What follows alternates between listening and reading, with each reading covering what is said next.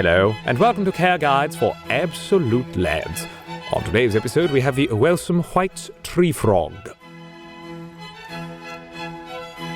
So if you haven't already met her, let me introduce you to Chumbus, one of my two whites tree frogs. The whites tree frog, also commonly known as the Australian green tree frog or even the Dumpy Tree Frog, is one of the most charismatic and fabulous of the tree frogs, and is responsible for setting many online communities in Facebook, Instagram, and of course TikTok ablaze with fervent infatuation over the past few years, radicalizing and even indoctrinating many of the world's youth to join the frog cause. Because of course,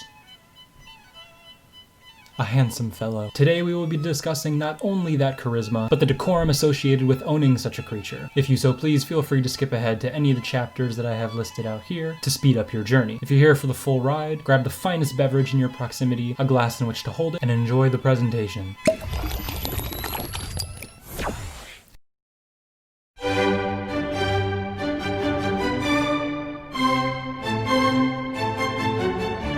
White's tree frogs are some of the most cordial and friendly frogs, so much so that they don't really need that much work to tame down or even domesticate, meaning that contrary to many other frog species, they actually tolerate handling quite well, so long as you don't handle them for hours upon hours on end. For of course, their moist skin will dry out and they could meet an untimely death. Their domestication is quite easy because they radiate such an infamous friendly and yet quietly chaotic energy that so many of you are drawn to. Speaking of chaos, I would deem the white's tree frog to be both the metaphorical and literal werewolves of the tree frog world. Literal in the sense that our amphibious friends here are actually nocturnal, so friendships and of course uncivil political discussions will likely only occur during hours in which the sun isn't shining. Metaphorical in the sense that their friend-shaped exteriors actually hold quite violent and bloodthirsty interior, with larger frogs often consuming smaller ones in captivity, so make sure that if you're going to cohabitate them, that they're around the same size, because they'll literally eat each other.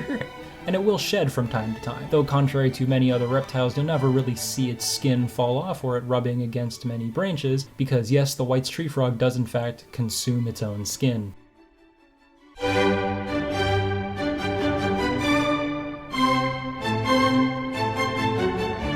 A single frog will flourish exponentially well in a simple 10-gallon cage, preferably tall as they are a vertically oriented species. But not all of us have reached lad status and have access to a vertically oriented tank, so I suppose a single white's tree frog could do decently in a 10-gallon long cage, so long as the cage is properly secured with clips and they have more than enough places to climb and hide, being properly furnished. Two frogs can be housed in a minimum of a 10-gallon cage, though a 15 or 20-gallon would be more astute for their housing requirements. A general rule of thumb is you should add 10 gallons for every 2 frogs that you acquire, with 3, 4, or 5 adult frogs being very comfortable in your standard 18 by 18 by 24 exoterra, such as the one you see behind me. Dumpy pals, as their name suggests, are tree frogs, and primarily live an arboreal or vertical lifestyle, meaning that when it comes to choosing cage decorations, you should choose some that are more vertically oriented. Lots of branches to allow the frogs to climb from ceiling to lid very easily to make sure that they stay fit and their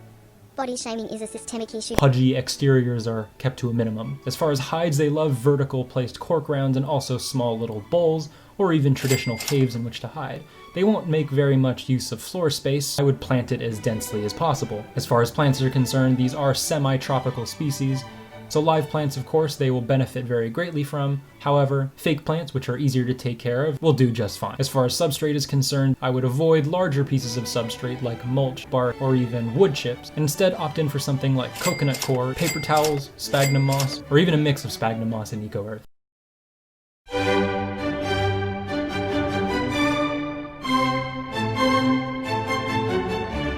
Dumpy tree frogs are tough survivors as life in the bush can be quite tough. Your dumpies can endure a range of rising and falling temperatures, though to be on the safe side, it's best to give them a low end of 60 degrees and a high end of 85 degrees. You can achieve such comfortable temperatures by simply allowing your dumpy tree frogs to stand at room temperature, but if it gets too cold, simply apply a heat pad to the side or a ceramic heater to the top, plugged into a thermostat, of course, that you can manually monitor. Since these guys are nocturnal, they don't require any special lighting, although a standard LED light bulb can be used for viewing during the day, although they're probably not going to come out.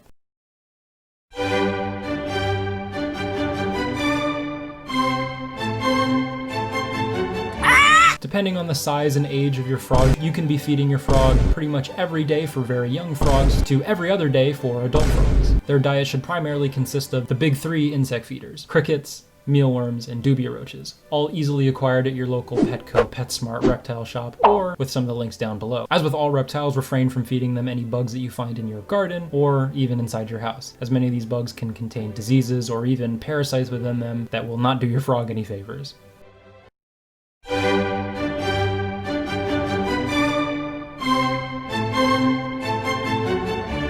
Dumpy tree frogs are amphibious and as such have permeable skin in which they absorb liquids through. Extreme care should be taken when handling. Make sure your hands are wetted, non-sink water, and make sure that you don't have any harmful chemicals or residues such as alcohol or even plant residue on your hands. Additionally, White's tree frog should be provided with a hefty sized water bowl large enough for each frog to comfortably soak in at the same time. Never, ever fill that water with sink water or tap water, as often they contain chlorine, which is toxic to the frog. Instead, use bottled spring water or sink water, tap water, treated with a substance like Repticate. White tree frogs have an incredibly strong feeding response, often lunging themselves violently and so unelegantly at food.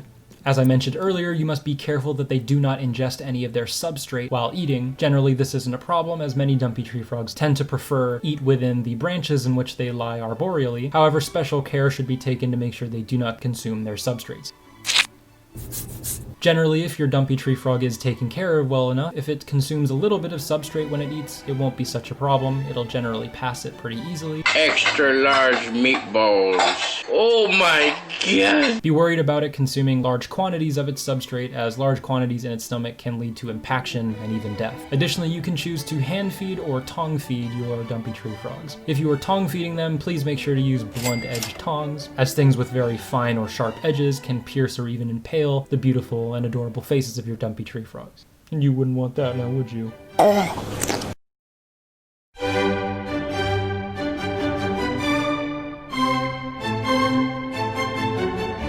In conclusion, the dumpy tree frog is one of the most hardy, social, friendly, and accessible pet frog in the reptile trade today. And these friendly fellows would make a wonderful addition to anyone's home, so long as you're willing to put up with their easy and yet very important care. Thanks for tuning in to Care Guides for Absolute Lads. Please consider subscribing, and we'll see you lads next time.